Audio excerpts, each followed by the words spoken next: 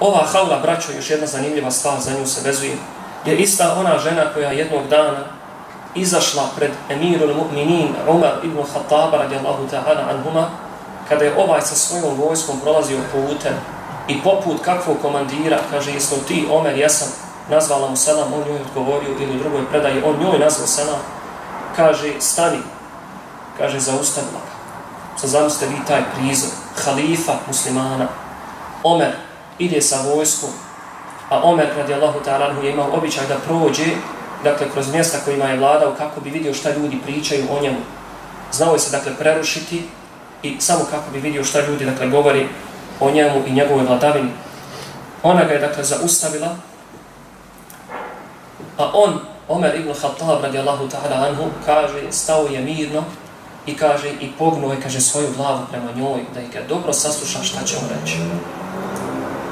A tada, dakle, ljudi iz njegove vojske kazaše, ja emir al-mu'minina habeste riđalati Quraysh ala hadihi al-ajuz, kaže, o vođo pravovjernih, kaže, zar si zbog ove starice, kaže, zaustavio, kaže, ljude iz plemena Quraysh.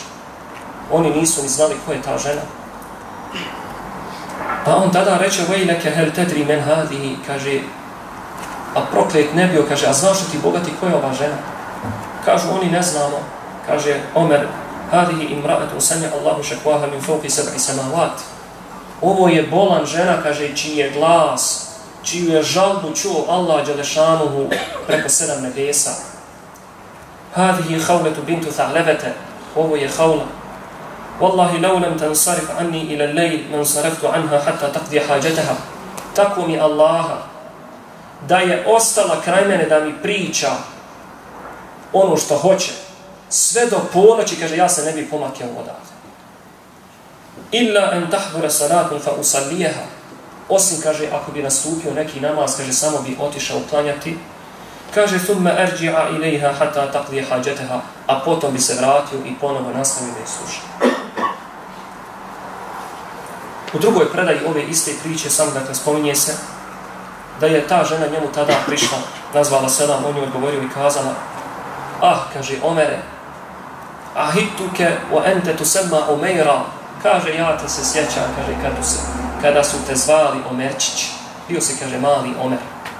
Kaže, felem tedhebi l'ejamu wal lejani hatta summite Umar, a onda su, kaže, prošle, kaže, dani i noći i tebe prozvaše Omer.